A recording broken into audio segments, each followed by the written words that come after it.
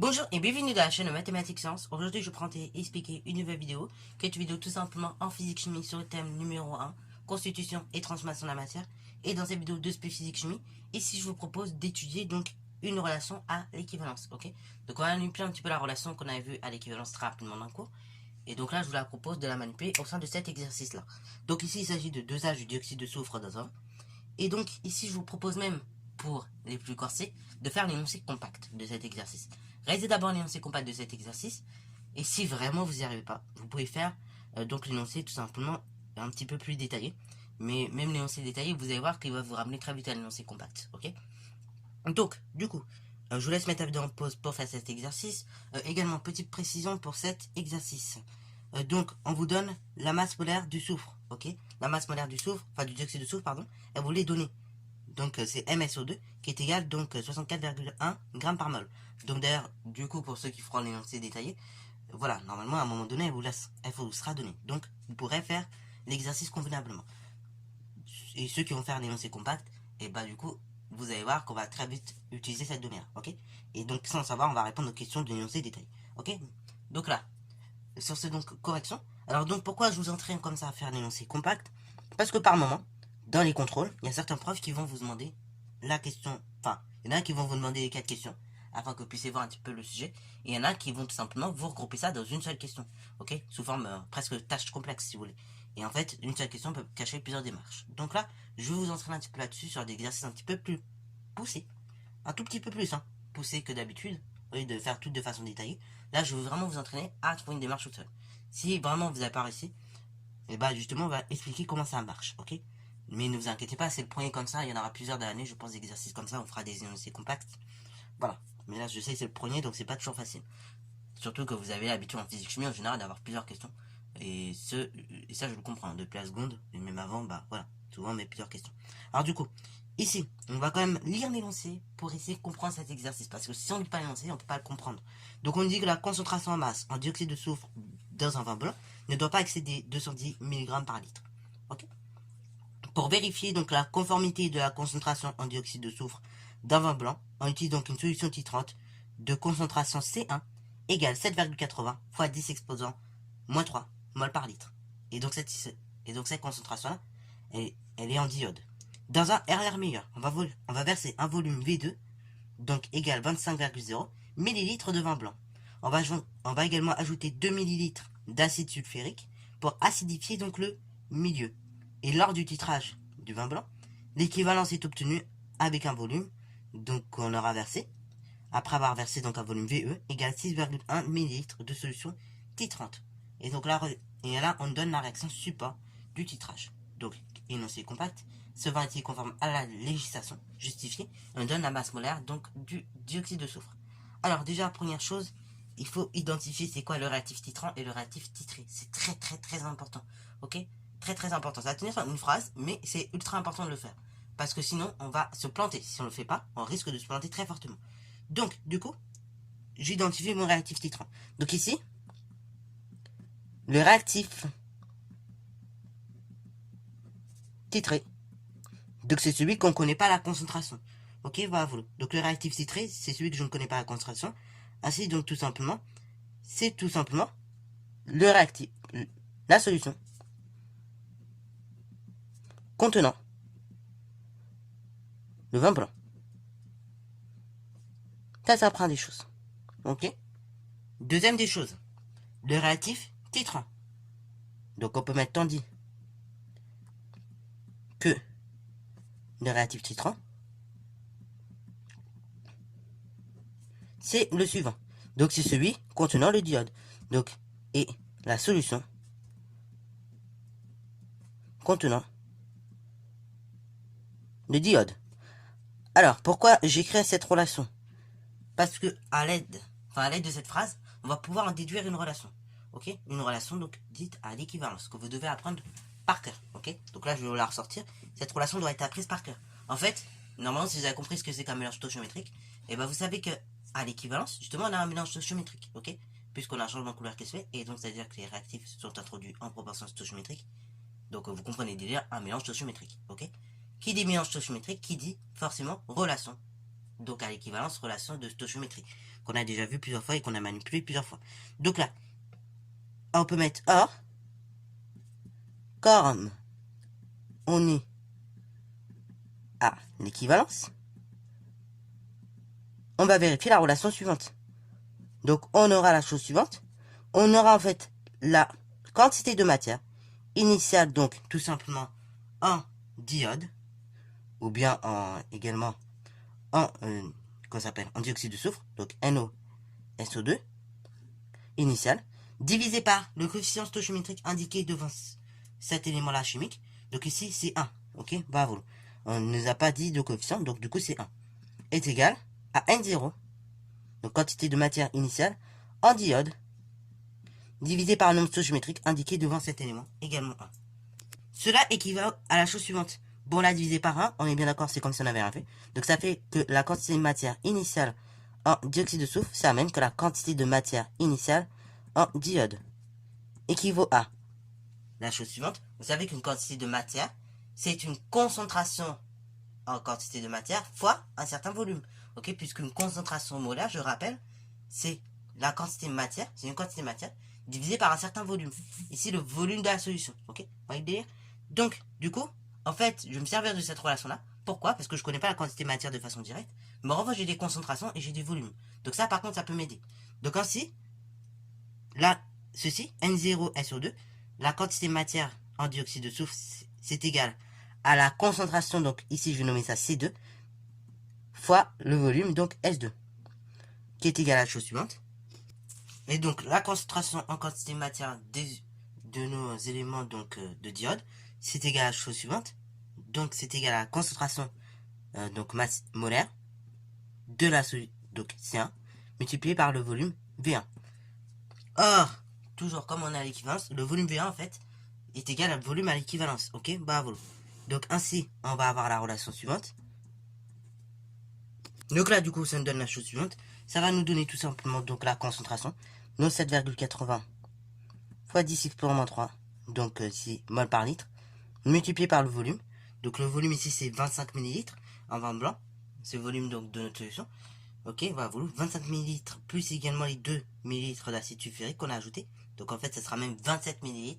27 ml, c'est également 27 fois 10 exposant moins 3 litres, qui est égal à C1, donc la concentration donc en diode. Non, pardon, j'ai inversé, du coup, là, en fait, c'est la concentration de la solution 1 fois le volume de la solution 1 que je mets ici. Bon, c'est pas grave.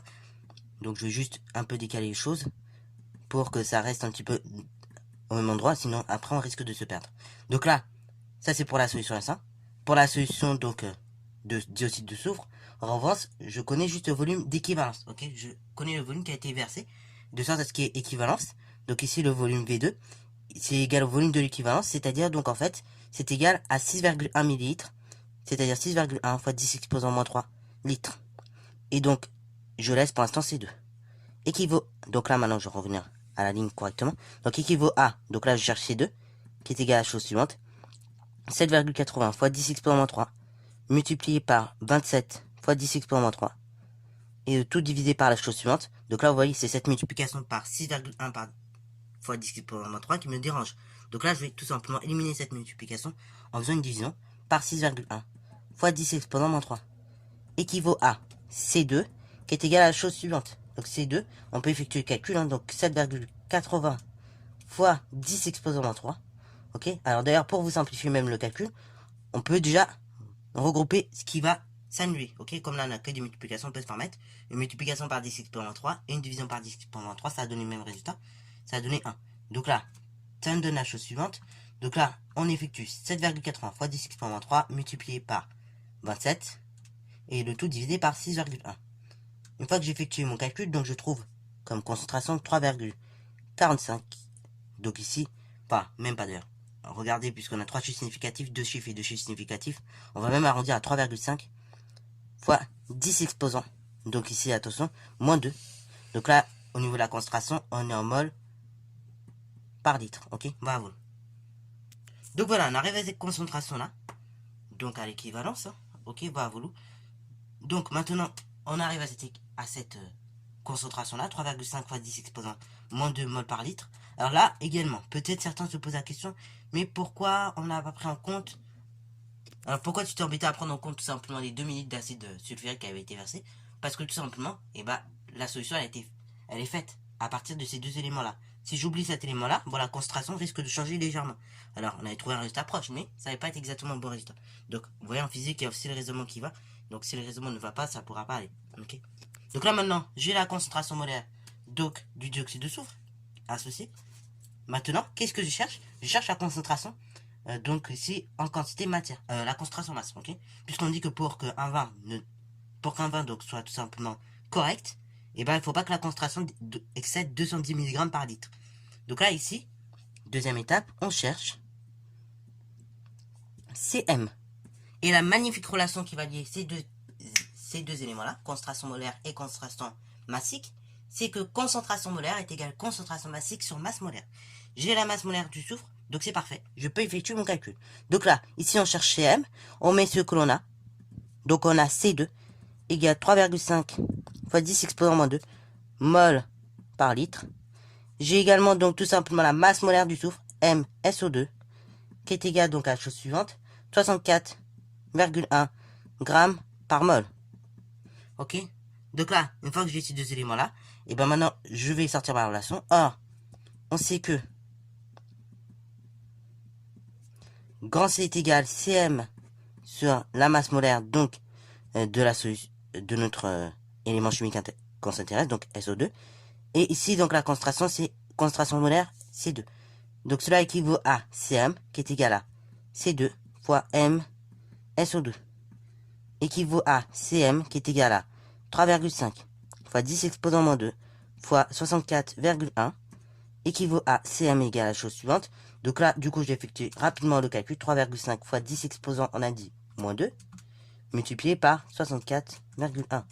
Donc, quand vous effectuez le calcul, ici, regardez, on a deux chiffres significatifs, trois chiffres significatifs. Je vais donc arrondir le résultat avec le petit nombre de chiffres significatifs, c'est-à-dire donc avec deux chiffres significatifs. Ce qui fait donc 2,24. Enfin, ce qui fait d'ailleurs 2,2 tout simplement. Le cas, je vais l'oublier, puisqu'on a dit deux chiffres significatifs, fois 10 exposant 0. Alors là, l'unité, c'est quoi? C'est des grammes par litre, ok? Vous pouvez, si vous n'êtes pas conscient de ce que ça fait, faire une petite analyse dimensionnelle et vous allez certainement voir à quoi ça correspond. Enfin, pourquoi ça vient là, ok? Alors bon, on a une concentration massique en grammes par litre. Nous, pour bien comparer, il faudrait que la concentration soit en milligrammes par litre, parce que on dit que ça ne doit pas dépasser 210 mg par litre. Donc là, on est en grammes. Pour arriver à des milligrammes, c'est très simple. Il va juste falloir multiplier par 10 exposant 3. Alors du coup, soit vous faites comme ça, ou soit vous dites de façon très détaillée qu'une concentration massique, c'est une masse divisée par un volume. Ce qui veut dire que ici, quand on donne une concentration massique de 2,2 fois 10 exposant 0 grammes par litre, c'est en fait 2,2. Donc ici, fois 10 exposant 0 grammes, qu'on divise par, tout simplement, 1 litre. Jusque là, on est d'accord. Ce qui veut dire que si je veux convertir, donc, mes 2,2 fois 10 exposant 0 grammes, donc, 1 mg, il faut juste que je multiplie par 10 exposant 3. Ce qui fait donc 2,2 fois 10 exposant 3, cette fois-ci mg, divisé toujours par 1 litre, ok?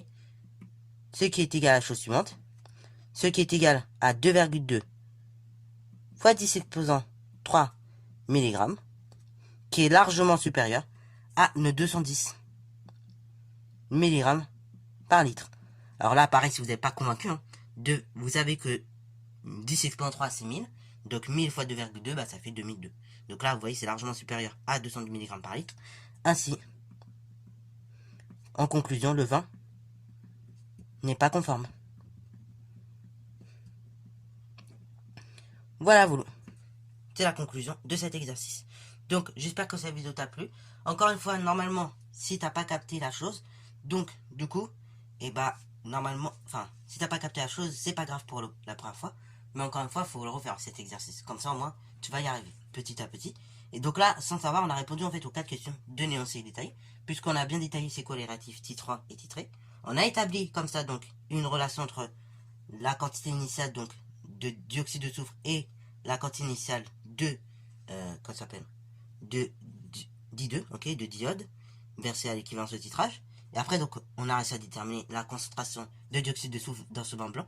Et on a déterminé si le vin est bien conforme à la législation. Donc, vous voyez, par exemple, si vous faites des exercices un peu compacts comme là, et que vous avez en possession l'énoncé détaillé, et ben vous pouvez vous appuyer sur cet énoncé détaillé à la fin pour vérifier si c'est correct, ok. Comme ça peut vous entraîner, vous stimuler à faire des énoncés justement un peu plus compacts, ok. Parce qu'au fur et à mesure de l'année, vous serez amené à faire des énoncés compacts de toute façon. Voilà, bon, sur ce, c'est la fin de cette vidéo. J'espère qu'elle t'a plu. Si c'est le cas, comme d'habitude, n'hésite pas à la liker, commenter et bon instant en mathématiques et en sciences.